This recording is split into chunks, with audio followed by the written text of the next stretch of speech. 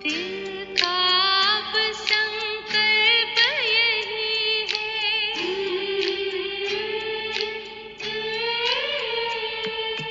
दिल का अब संकल्प यही है, बाबा तुम सा बनना ही है।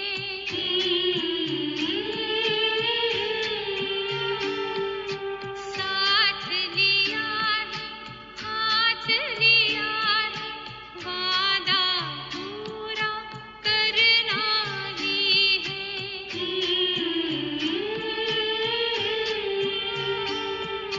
दिल का अब संकल्प यही है, बाबा तुम सा बनना ही है। साथ लिया है, हाथ लिया है, वादा पूरा करना ही है।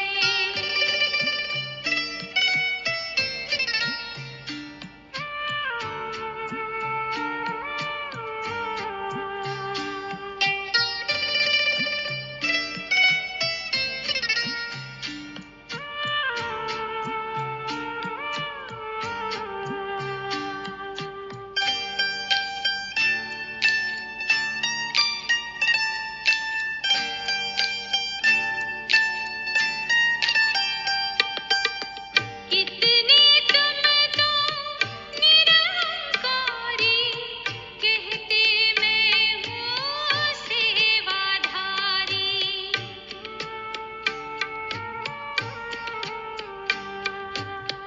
कितने तुम तो निरहंकारी, कहते मैं हूँ सेवाधारी। कैसे प्यार के सागर से जीवन गागर भरना ही है। दिल का अब संकल्प यही है,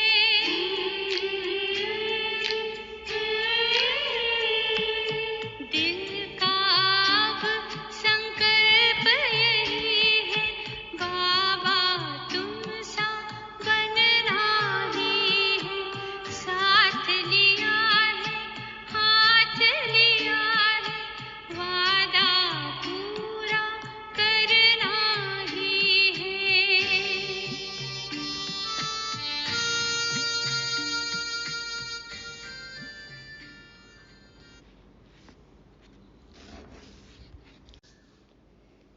ओम शांति। अतीन्द्रिय सुख का अनुभव करने वाले गॉडली स्टूडेंट्स को गॉडली मॉर्निंग और 18 जनवरी समर्थी दिवस और अव्यक्त बाप दादा मिलन दिवस की बहुत बहुत बधाइयाँ। आज प्रजापिता ब्रह्मा की पुण्य स्मृति दिवस पर हम सुनेंगे बाप की क्या है अपने बच्चों प्रति आश। हमारा व्यवहार चाल चलन कैसा हो, बाबा से क्या लेकर हमें सबको कैसे देना है, अच्छी रीति समझेंगे। आज की ये साकार मुरली बहुत ही खास है। दिन भी खास, मुरली भी खास। साकार और अव्यक्त दोनों मुरलियां हैं और शाम को भी सुनेंगे अव्यक्त महावाक्य। तो अभी सुनते हैं ब्रह्मा बाप समान एग्जाम्पल और कर्मयोगी बनाने वाले शिव भगवानुवाच। मीठे बच्चे, बाप के दिल अंदर बच्चों को सदा सुखी बनाने की फर्स्ट क्लास आश रहती है। बाप यही चाहते हैं कि मेरे बच्चे लायक बन स्वर्ग के मालिक बने। मीठे बच्चे, बाप के दिल अंदर बच्चों को सदा सुखी बनाने की फर्स्ट क्लास आश रहती है। बाप यही चाहते हैं कि मेरे बच्चे लायक बन स्वर्ग के मालिक बने। बाप दादा की आश है, दिल से चाहना है कि बच्चे सदा सुखी रहें। बाबा को अपना यही कर्तव्य याद है कि मैं बच्चों को सदा सुखी बनाऊं। हम सुखी रहें, ये बाबा की आशा है। बाबा चाहते हैं कि मेरे बच्चे लायक बनकर स्वर्ग के, विश्व के मालिक बने, विश्व महाराजन महारानी बने। तो पूरी करेंगे हम लायक बनकर बाबा के दिल की आश। तो हम बच्चों का भी यही संकल्प है, दिल में यही संकल्प है कि बाप समान बनना ही है। ओम शांति। बच्चे जानते हैं, अभी भगवान सम्मुख बैठकर हमको ज्ञान के गीत सुनाते हैं, वह ज्ञान के डांस कराते हैं। बाबा सम्मुख बैठकर हमें ज्ञान के गीत सुना रहे हैं, ज्ञान डांस करा रहे हैं। इस ज्ञान डांस से तुम देवताओं मुआफिक सदा सुखी और हर्षित रहेंगे। ज्ञानवान बन गए, ज्ञान स्वरूप बन गए, तो जैसे देवता सदा सुखी हैं, हर्षित हैं, हम भी हो जाएंगे, बन जाएंगे। भगवान को ही बेहद का बाप व विश्व का रचयिता कहा जाता है। आत्मा समझती है बाबा हमारे लिए स्वर्ग की सौगात लाए हैं, वही रचयिता है। स्वर्ग का मालिक बनाने के लिए राजयोग सिखाते हैं। कहते हैं बाप को और विश्व के मालिक पने को याद करो। बाप बेहद का मालिक है तो जरूर बेहद की बड़ी दुनिया ही रचेंगे। तुम बच्चों के लिए सारे विश्व ही घर है, अर्थात पाठ बजाने का स्थान है। दुनिया रंगमंच है, हमें पाठ बजाना है अपना। बेहद का बाप आकर के बेहद का विश्व अथवा घर बनाते हैं, वह है स्वर्ग। तो ऐसे बाप का बच्चों को कितना शुक्रिया मानना चाहिए। विश्व का रचता बाप डायरेक्ट समझा रहे हैं, हम तुमको विश्व का मालिक बनाने आया हूँ, तो तुम्हारा स्वभाव बहुत फर्स्ट क्लास चाहिए। तुम्हारी चलन ऐसी होनी चाहिए जो सब कहें कि यह तो जैसे देवता है। देवताएं नामी ग्रामी हैं, कहते हैं इनका स्वभाव एकदम देवताई है। कोई भी मनुष्य में अच्छे गुण दिखते हैं तो कहते हैं ना कि ये तो जैसे कि देवता है, तो बिल्कुल मीठे शांत स्वभाव के हैं। तो ऐसे बच्चों को बाप भी देख खुश होते हैं। देखो बाबा को हमें देखकर खुशी होती है। बाबा स्वर्ग का मालिक बनाने आते हैं तो तुम्हें कितना मददगार बनना चाहिए, सर्विस में आप ही लग जाना चाहिए। ऐसे नहीं मैं थक गया हूँ, फुर्सत नहीं है। समय पर सब काम करने में कल्याण है। यज्ञ सर्विस का इजाफा शिव बाबा देते हैं। हम करेंगे तो हमें रिटर्न भी मिलेगा, इनाम मिलेगा। बाबा बच्चों की दैवी चलन देखते हैं तो कुर्बान जाते हैं। भगवान हम पर कुर्बान, भगवान हम पर बलिहार, भगवान हमें देखकर खुश होते हैं। कब? जब हमारी अच्छी दैवी चलन है, जब हम अच्छी रीति पढ़ाई करते हैं, दिव्य गुणों की धारणा करते हैं। तो तुम बच्चे इस पढ़ाई से कितनी ऊंची कमाई करते हो, तुम पद्मा पदम पति बनते हो। बाबा तुम्हें कितना धनवान बनाते हैं। बाप तुमको अखुट खजाने में ऐसा वजन करते हैं जो 21 जन्म साथ रहेगा। यहाँ पर कोई पुण्यात्मा रहती है तो उसके वजन के बराबर उसको अनाज या धन या कोई भी चीज़ अपनी श्रद्धा अनुसार, क्षमता अनुसार दान करते हैं ना। तो बाबा कहते हैं देखो बाबा तुमको अखुट खजाने में ऐसा वजन करते हैं जो 21 जन्म साथ रहेगा। बाबा ऐसा भरपूर कर देते हैं हमें, सुख शांति पवित्रता का खजाना है ना, तो 21 जन्म तक साथ रहता है।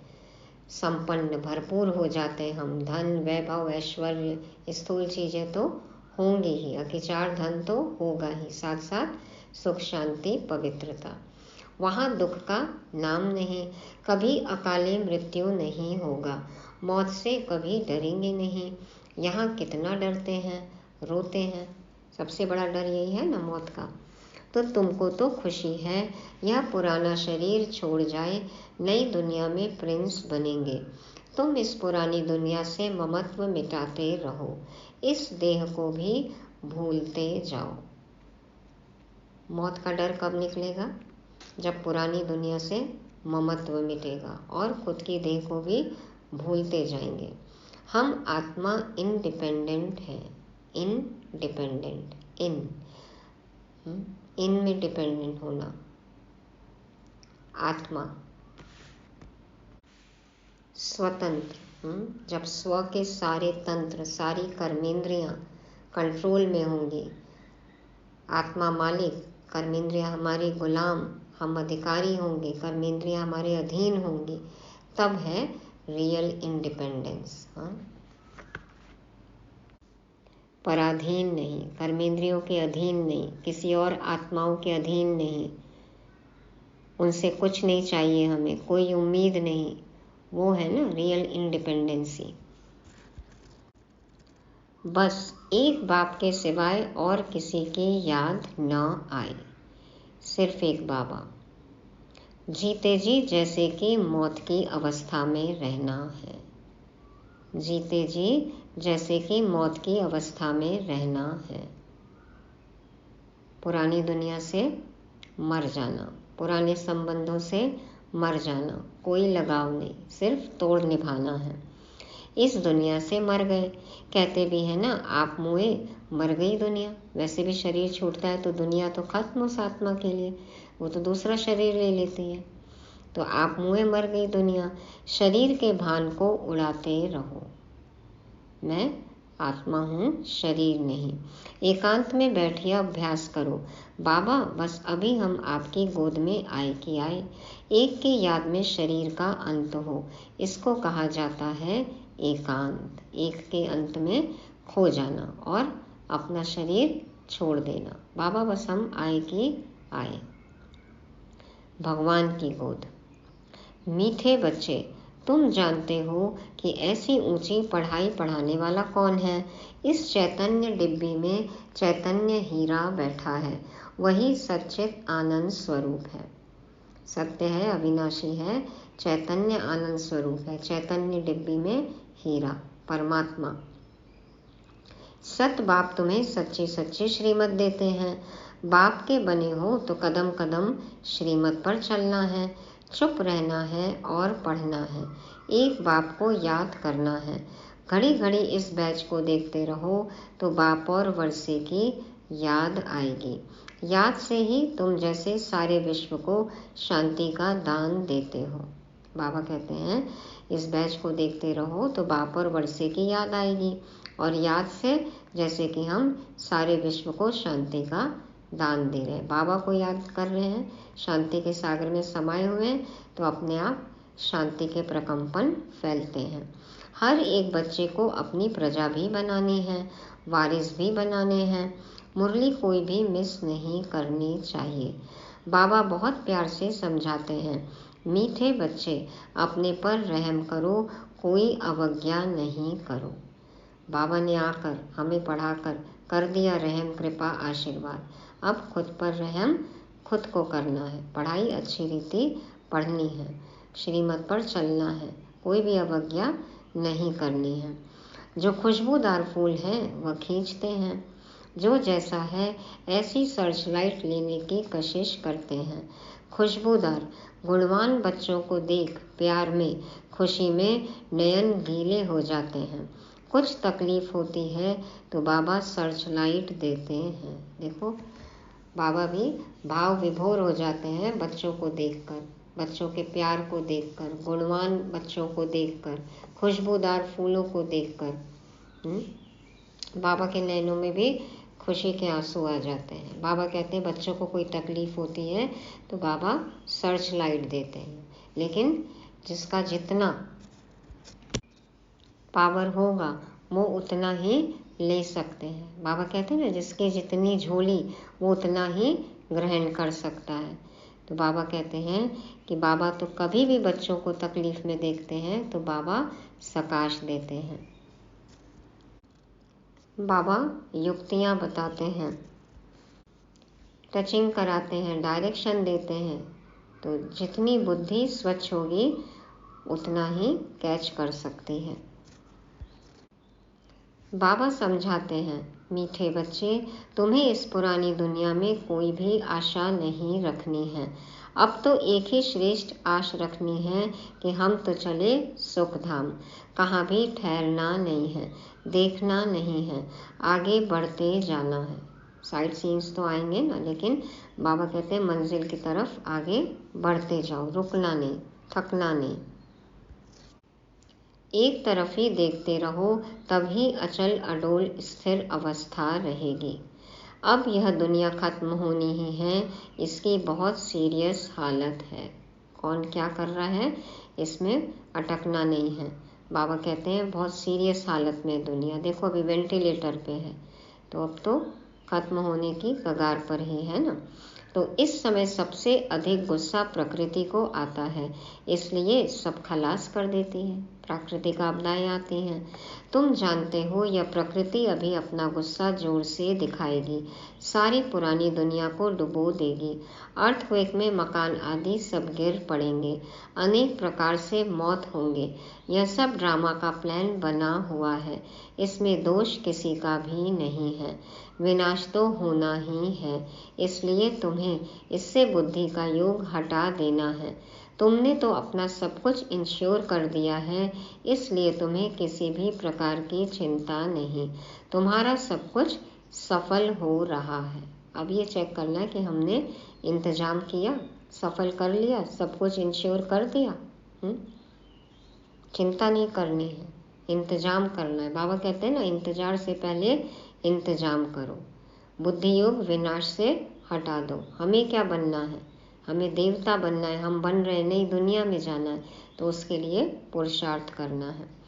तो अब तुम कहेंगे, वाह सतगुरु वाह, जिसने हमको यह रास्ता बताया है, वाह तकदीर वाह, वाह ड्रामा वाह। तुम्हारे दिल से निकलता शुक्रिया बाबा आपका, जो हमारे 2 मुट्ठी चावल लेकर हमें सेफ्टी से भविष्य में 100 गुना रिटर्न देते हो। इतना ब्याज, इतना रिटर्न और कोई भी पॉलिसी में नहीं मिलेगा। ये बाबा पॉलिसी है, जिंदगी के साथ भी, जिंदगी के बाद भी। तो बाबा कहते हैं कि बच्चे कहते हैं, शुक्रिया बाबा, जो आपने हमसे 2 मुट्ठी चावल लेकर हमें सेफ्टी से भविष्य में 100 गुना रिटर्न का अधिकारी बना दिया। पद्मा पदम गुना बाबा रिटर्न करते हैं, परंतु इसमें भी बच्चों की बड़ी विशाल बुद्धि चाहिए। बच्चों को अथाह ज्ञान धन का खजाना मिलता रहता तो अपार खुशी होनी चाहिए ना। जितना हृदय शुद्ध होगा तो औरों को भी शुद्ध बनाएंगे। योग की स्थिति से ही हृदय शुद्ध बनता है। तुम बच्चों को योगी बनाने का शौक होना चाहिए, ये हॉबी होनी चाहिए, योग हॉबी होनी चाहिए। औरों को कैसे राजयोग सिखाना है, वो हॉबी होनी चाहिए, इसके बारे में बताना है। अगर देह में मोह है, देह अभिमान रहता है, तो समझो हमारी अवस्था बहुत कच्ची है। देही अभिमानी बच्चे ही सच्चा डायमंड बनते हैं, इसलिए जितना हो सके देही अभिमानी बनने का अभ्यास करो। बाप को याद करो। बाबा अक्षर सबसे बहुत मीठा है। बाप बड़े प्यार से बच्चों को पलकों पर बिठाकर साथ ले जाएंगे। ऐसे बाप की याद के नशे में चकनाचूर होना चाहिए। हाँ, खो जाओ, ऐसे बाप की याद के नशे में खो जाओ, उनकी यादों में समा जाओ, चूर चूर हो जाओ। हाँ, लीन हो जाओ लव में। बाप को याद करते करते खुशी में ठंडे ठार हो जाना चाहिए कि बस अब और कुछ नहीं, तृप्त हो गई आत्मा, है ना। तो बाबा की याद में,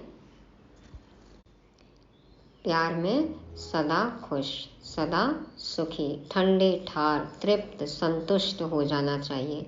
जैसे बाप अपकारियों पर उपकार करते हैं, तुम भी फॉलो फादर करो, सुखदायी बनो। बाप के दिल अंदर बच्चों को सदा सुखी बनाने की कितनी फर्स्ट क्लास आश रहती है कि बच्चे लायक बन स्वर्ग के मालिक बने। तुम बच्चे अभी ड्रामा के राज को भी जानते हो। बाप तुम्हें निराकारी, आकारी और साकारी दुनिया का सब समाचार सुनाते हैं। आत्मा कहती है, अभी हम पुरुषार्थ कर रहे हैं नई दुनिया में जाने के लिए। हम स्वर्ग में चलने लायक जरूर बनेंगे, अपना और दूसरों का कल्याण करेंगे। अच्छा, बाप मीठे बच्चों को समझाते हैं, बाप दुख हरता सुख करता है, तो बच्चों को भी सबको सुख देना है, बाप का राइट हैंड बनना है। ऐसे बच्चे ही बाप को प्रिय लगते हैं, शुभ कार्य में राइट हाथ को ही लगाते हैं। तो बाप कहते हर बात में राइटियस बनो, एक बाप को याद करो तो फिर अंतमति सो गति हो जाएगी।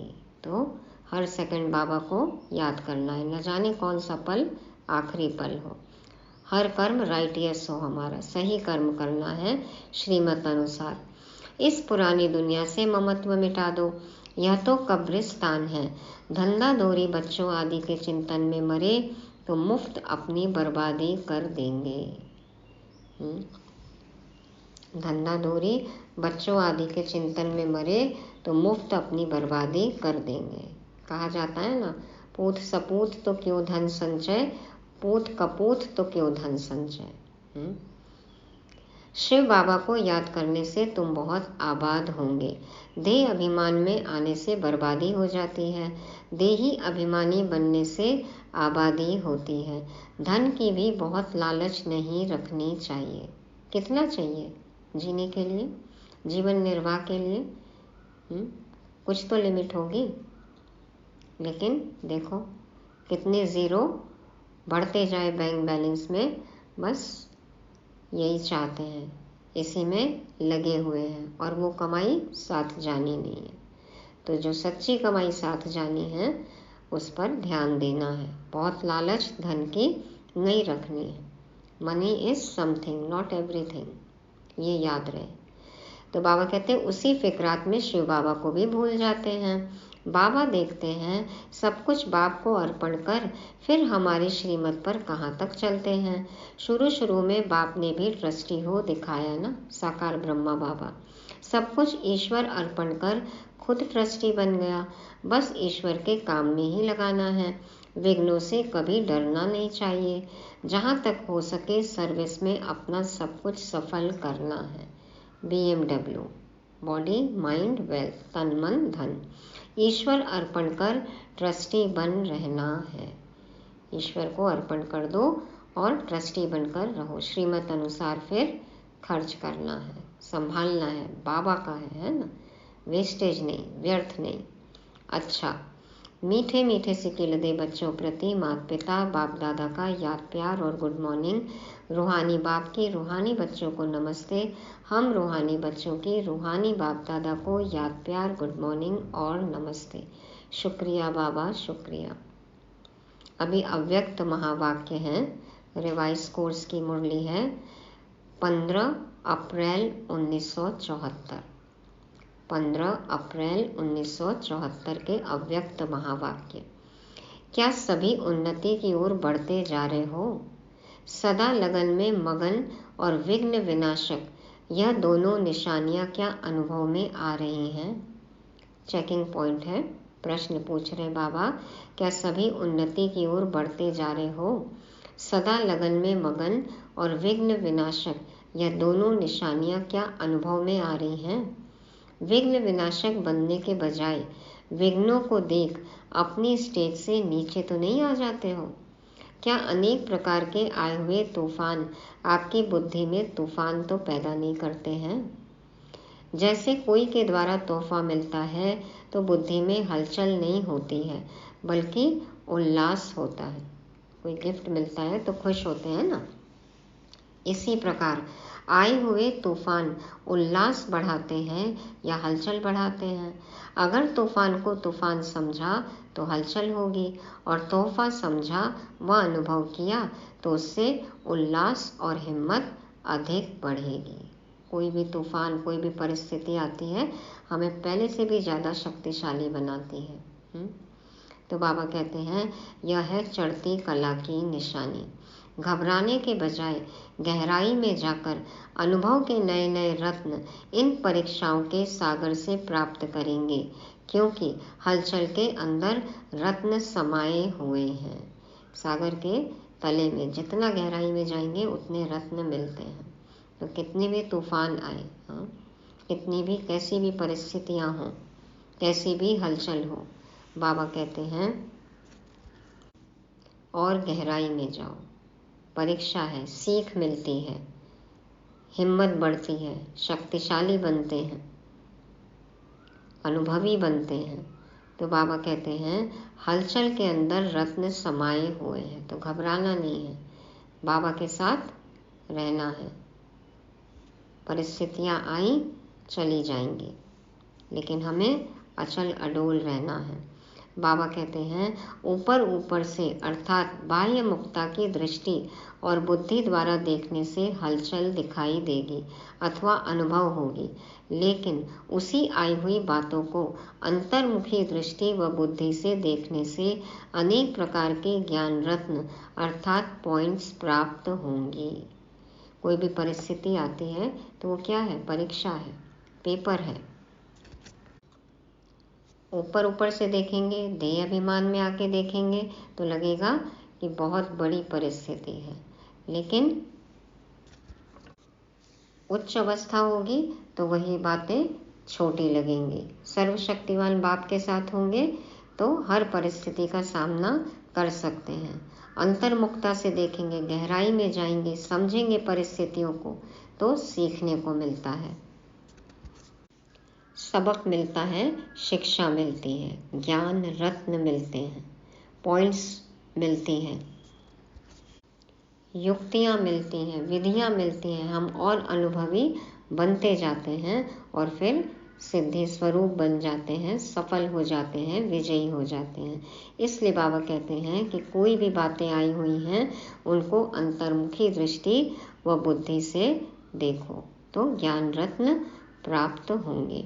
अगर कोई भी बात को देखते या सुनते हुए आश्चर्य अनुभव होता है तो यह भी फाइनल स्टेज नहीं है। अभी भी आश्चर्य हो रहा है, क्वेश्चन आ रहे हैं, तो ये फाइनल अवस्था नहीं है। ऐसा तो होना नहीं चाहिए। ड्रामा के होने पर अगर ऐसा भी संकल्प उत्पन्न होता है तो इसको भी अंश मात्र की हलचल का रूप कहेंगे। कोई परिस्थिति आई और एक भी प्रश्न या एक भी संकल्प श्रीमत अनुसार जो नहीं है वो उत्पन्न हुआ, माना हम फेल हो गए, तो वो हलचल है। बाबा कहते अब तक भी क्यों क्या का क्वेश्चन अगर उठता है तो इसका अर्थ है हलचल। जितना विघ्न आना आवश्यक है उतना विघ्न विनाशक स्थिति में रहना, यही हर्षित रहने का साधन है। विघ्नों का काम है आना और हमारा क्या काम है? उनका विनाश करते हुए, बाबा की याद से उनका विनाश करते हुए निर्विघ्न बन जाना। अब माया आ रही है, पेपर आ रहे, परीक्षाएं आ रही है, लेकिन वो हमें पेपर विघ्न लगते ही नहीं है, वो अवस्था होनी चाहिए। बाबा कहते हैं यही हर्षित रहने का साधन है। नथिंग न्यू, यह है फाइनल स्टेज। पहले भी हुआ था, कल पहले भी आया था, हमने पार किया था, नहीं तो कोई बात ही नहीं है। ये है फाइनल स्टेज। यदि कोई भी हलचल का कर्तव्य करते हो, वह पार्ट बजाते हो, तो सागर समान ऊपर से हलचल भले ही दिखाई दे रही हो, अर्थात चाहे कर्मेंद्रियों की हलचल में आ रहे हो, लेकिन स्थिति नथिंग न्यू की हो। जैसे सागर के ऊपर लहरें होती हैं, हलचल होती है, लेकिन तले में जाओ तो एकदम सागर शांत रहता है। बाबा वैसे ही कहते हैं, मान लो कर्मेंद्रियों की हलचल में आ रहे हो, लेकिन स्थिति अवस्था कैसी हो? Nothing new. पहले पता है, मन में पता है, निश्चय है हमें कि ये नथिंग न्यू पहले भी हुआ है, हमने पहले भी पार किया है।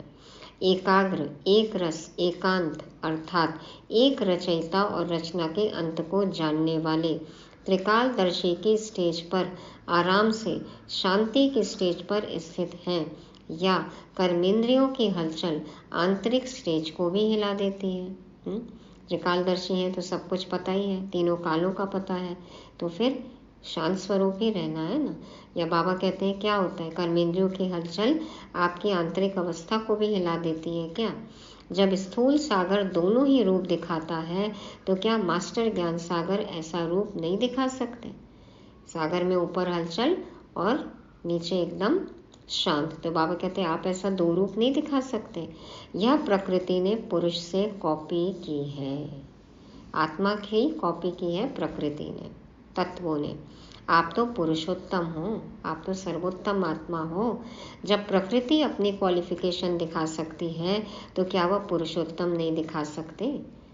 5 तत्व भी हमसे ही प्रभावित होते हैं ना, प्रकृति हमसे ही प्रभावित होती है। तो बाबा कहते हैं जब जड़ प्रकृति दिखा सकती है तो आप तो चैतन्य आत्माएं हो, क्या अपनी विशेषता, आपका जो हुनर है आप नहीं दिखा सकते हो कि अंदर में हम कितने शांत हैं, अचल अडोल हैं। अभी समय अति की तरफ बढ़ रहा है, सभी तरफ अति दिखाई पड़ रही है। अब तो एक्सट्रीम है ना, तो अंत की निशानी अति है। कहते हैं ना अति के बाद तो अब अंत होना ही है। तो जैसे प्रकृति समाप्ति की तरफ अति में जा रही है, वैसे ही संपन्न बनने वाली आत्माओं के सामने अब परीक्षाएं व विघ्न भी अति के रूप में आएंगे। इसलिए आश्चर्य नहीं खाना है कि पहले यह नहीं था, अब क्यों है। सारे हिसाब किताब क्लियर होंगे। और अब तो फाइनल पेपर है, तो कठिन परीक्षा है, अति के रूप में आएंगे अब तो परीक्षाएं और विघ्न। बाबा कहते हैं आश्चर्य नहीं खाना कि पहले ये नहीं था, अब क्यों है। यह आश्चर्य भी नहीं, फाइनल पेपर में आश्चर्यजनक बातें क्वेश्चन के रूप में आएंगी, तब तो पास और फेल हो सकेंगे। थोड़े कड़े प्रश्न आएंगे, कड़ा पेपर होगा, तभी तो बाबा कहते हैं कि ऊंची परीक्षा ऊंचा पद मिलेगा, उसको पास कर सकेंगे। तो ऐसी ऐसी बातें आएंगी जो न चाहते हुए भी बुद्धि में क्वेश्चन उत्पन्न हो। यही तो पेपर है, जो कभी सोचा भी नहीं होगा ना, ख्वाबों ख्यालों में भी नहीं होगा, वैसी वैसी बातें सामने आएंगी। बाबा कहते हैं यही तो पेपर है, और है भी 1 सेकंड का पेपर। मुंह से एक बार भी निकला क्यों क्या तो फेल। बाबा कहते हैं 1 सेकंड का पेपर, क्यों का संकल्प चंद्रवंशी के क्यों में लगा देगा। इसलिए एक रस स्थिति में स्थित होने का अभ्यास निरंतर हो। कौन सी क्यों में जाना है, क्यों करके चंद्रवंशी के क्यों में जाना है नहीं ना, तो फिर क्यों क्या कैसे कब कहाँ, कोई भी तरह का प्रश्न नहीं। बाबा कहते हैं एक रस स्थिति में स्थित होने का अभ्यास निरंतर हो। समस्या की सीट को संभालने नहीं लग जाओ, लेकिन सीट पर बैठ समस्या का सामना करना है। अभी तक समस्या सीट की याद दिलाती है। विघ्न आता है तो विशेष योग लगाते हो और भट्टी रखते हो। इससे सिद्ध होता है कि दुश्मन ही शस्त्र की स्मृति दिलाते हैं, लेकिन स्वतः और सदा स्मृति नहीं रहती। कोई समस्या आई तो योग लगाना है। यदि हम ऑलरेडी योगी हैं, निरंतर योगी हैं, तो समस्या लगेगी ही नहीं। इस पॉइंट को समझना है। तो बाबा कहते हैं विघ्न आता है तो विशेष योग लगाते हो और भट्टी रखते हो। इससे सिद्ध होता है कि दुश्मन ही शस्त्र की स्मृति दिलाते हैं, लेकिन स्वतः और सदा स्मृति नहीं रहती। निरंतर योगी हो या अंतर वाले योगी हो, टाइटल तो निरंतर योगी का है ना। दुश्मन आवे ही नहीं, समस्या सामना न कर सके। इतने शक्तिशाली है कि हमारे सामने समस्या आ ही नहीं सकती, माया आ ही नहीं सकती। सूली से कांटा बनना यह भी फाइनल स्टेज नहीं है। सूली से कांटा बनना यह भी फाइनल स्टेज नहीं है। सूली से कांटा बने उसके बजाय कांटे को योगाग्नि से दूर से ही भस्म कर दें। कांटा भी नहीं आ सकता, सूली तो बहुत दूर की बात है। कांटा लगता ही नहीं है, कांटा है ही नहीं कुछ। बाबा कहते हैं कांटे को योगाग्नि से दूर से ही भस्म कर दे। समस्या भी हमारे पास आने से पहले 10 बार सोचे कि किसी गलत एड्रेस पे तो हम नहीं चले गए, या यहाँ नहीं जाना है। समस्या भी कांप जाए, माया भी कांप जाए हमारे सामने आने से। कब होगा ऐसा? जब सर्वशक्तिमान के साथ कंबाइंड होगी, क्योंकि जहाँ बाप है वहाँ पे कोई पाप हो नहीं सकता, कोई बात आ नहीं सकती। माया दूर से ही क्या करेगी? नमस्कार करेगी, पास तो आ ही नहीं सकती है। तो बाबा कहते हैं कि सूली से कांटा बने उसके बजाय कांटे को योगाग्नि से दूर से ही भस्म कर दें। कांटा लगे और फिर निकालो, यह फाइनल स्टेज नहीं है। शेर के पास कोई भी जानवर जाना नहीं चाहता, पता है शेर इतना शक्तिशाली है, खूंखार है, तो कोई जाने की हिम्मत भी नहीं करेगा। तो बाबा कहते हैं कांटा लगे और फिर निकालो, यह फाइनल स्टेज नहीं है। कांटे को अपनी संपूर्ण स्टेज से समाप्त कर देना, यह है फाइनल स्टेज। कांटे को अपनी संपूर्ण स्टेज से समाप्त कर देना, यह है फाइनल स्टेज। ऐसा लक्ष्य रखते हुए अपनी स्टेज को आगे चढ़ती कला की तरफ बढ़ाते चलो। बड़ी बात को छोटा अनुभव करना। इस स्टेज तक नंबरवार यथाशक्ति पहुँचे हैं। अब पहुँचना वहाँ तक है जो कि अंश और वंश भी समाप्त हो जाए। माना समस्या क्या है, विघ्न क्या है, पेपर क्या है, हमें पता ही नहीं है। हमारी डिक्शनरी में ये सब शब्द है ही नहीं। निर्विघ्न जीवन, निर्विघ्न अवस्था। आप सभी हिम्मत, उल्लास और सर्व के सहयोगी सदा रहते हुए चल रहे हो ना। कलयुगी दुनिया को समाप्त करने के लिए व परिवर्तन करने के लिए, माया को विदाई देने के लिए संगठन अर्थात घेराव डाला हुआ है ना। मजबूत घेराव डाला हुआ है या बीच बीच में कोई ढीले हो जाते हैं अथवा थक जाते या चलते चलते रुक जाते हैं।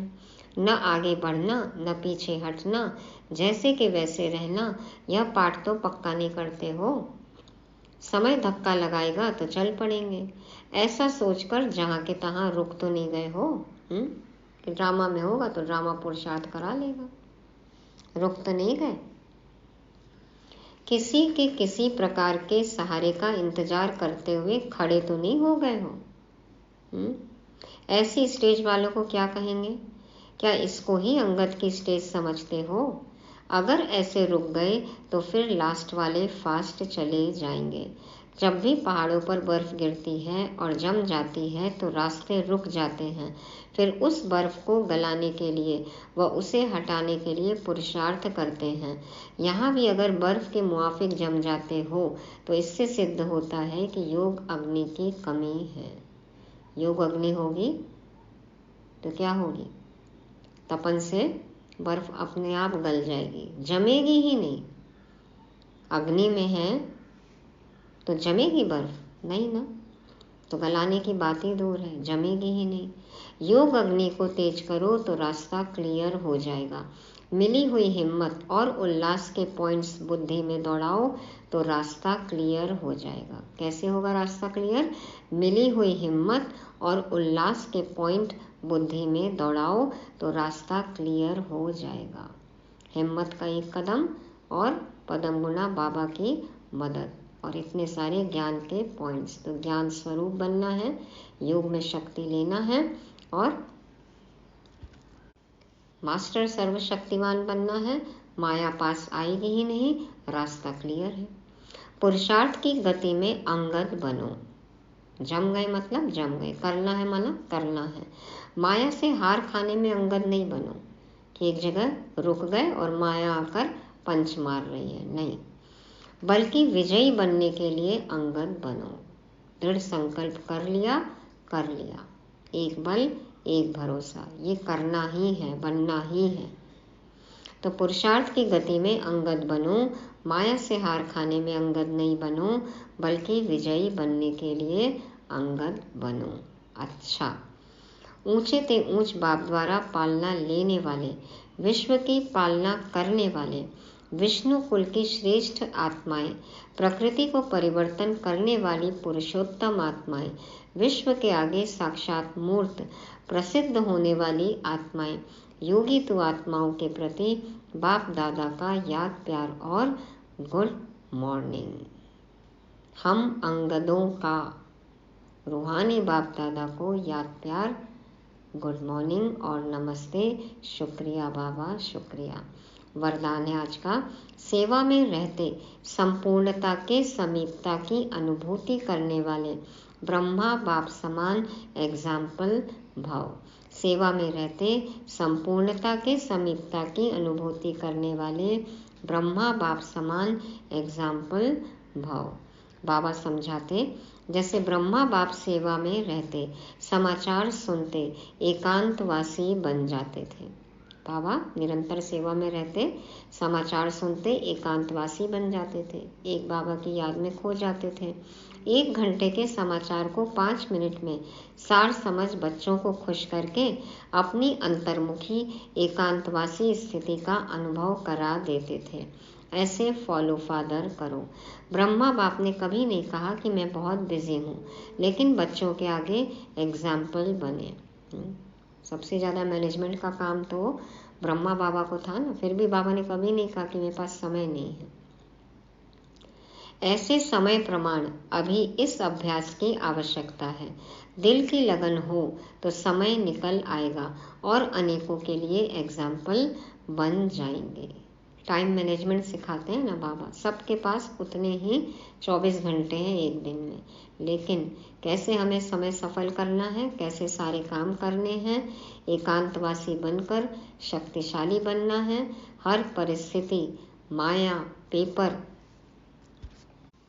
सबको पार करके विजयी बनना है, खुद का भी पुरुषार्थ करना है, औरों के भी समस्याओं का समाधान बताना है, उन्हें भी पालना देनी है, अपनी संपूर्णता को प्राप्त करना है। सब बातें मैनेज करके हमें भी ब्रह्मा बाप समान सैंपल एग्जाम्पल बनना है। स्लोगन है, हर कर्म में कर्म और योग का अनुभव होना ही कर्म योग है। हर कर्म में कर्म और योग का अनुभव होना ही कर्म योग है। जो भी कर्म कर रहे हैं बाबा की याद में, बाबा के साथ कंबाइंड होकर, तो ऐसे कर्मयोगी हमें बनना है। अव्यक्ति साइलेंस द्वारा डबल लाइट फरिश्ता स्थिति का अनुभव करने के लिए आज का पॉइंट है, सदा यही लक्ष्य याद रहे कि हमें बाप समान बनना है। तो जैसे बाप लाइट है वैसे डबल लाइट। औरों को देखते हो तो कमज़ोर होते हो, इसलिए सी फादर फॉलो फादर करो। उड़ती कला का श्रेष्ठ साधन सिर्फ एक शब्द है। उड़ती कला का श्रेष्ठ साधन सिर्फ एक शब्द है, सब कुछ तेरा। मेरा शब्द बदल तेरा कर दो। तेरा हूँ तो आत्मा लाइट है, और जब सब कुछ तेरा है तो लाइट बन गए। सब कुछ तेरा है तो हल्के हो गए। मेरापन भारीपन और तेरा हल्कापन। तो मेरे को बदल कर तेरा कर दो, माँ को तो कर दो। तो ये थी मुरली, बहुत ही गहरी मुरली। बार बार पढ़ेंगे, रिवाइज करेंगे, पॉइंट्स नोट करेंगे और यथार्थ योग से शक्तिशाली बनेंगे। ज्ञान के पॉइंट्स को यदि धारणा स्वरूप बनकर प्रैक्टिकल लाइफ में यदि हम इम्प्लीमेंट करते हैं, श्रीमत अनुसार चलते हैं, तो सदा डबल लाइट रहेंगे और जीवन कैसा हो जाएगा? आदर्श जीवन, मन वांछित जीवन, खुशहाल जीवन, है ना। कहेंगे जीना हो तो ऐसे जियो। तो मुरली रिवाइज करेंगे। पॉइंट्स हैं, पहला बाप की आश। तो बाबा की आश है कि बच्चे सदा खुश रहें, बाप समान बने। तो हमें बाप दादा की ये आश पूरी करनी है। दूसरा, ट्रस्टी होकर रहना है। ब्रह्मा बाबा हमारे सामने एग्जाम्पल, तो फॉलो फादर करना है। और तीसरा, तूफान, कोई भी तूफान आए उन्हें तोहफा समझना है। सूली से कांटा और कांटे से फिर तूफान, तूफान लगेगा ही नहीं, पेपर पेपर लगेगा ही नहीं। माया, रावण, ये सब शब्द हमारी डिक्शनरी से हट जाएंगे। अंगत समान हम बन जाएंगे। चौथा, एग्जाम्पल, सैंपल। साकार में ब्रह्मा बाबा हमारे सामने, तो निराकार रूप में शिव बाबा को फॉलो करना है, साकार रूप में ब्रह्मा बाबा को, उनके जैसा ही एग्जाम्पल बनना है। और पांचवा, कर्म योग। हर कर्म बाबा को साथ में लेकर करना है। कर्म में योग और कर्म दोनों का अनुभव हो, बाबा के साथ कंबाइंड होकर हर कर्म करना है। तो दिल का अब संकल्प यही है, बाबा तुम सा बनना ही है। ओम शांति।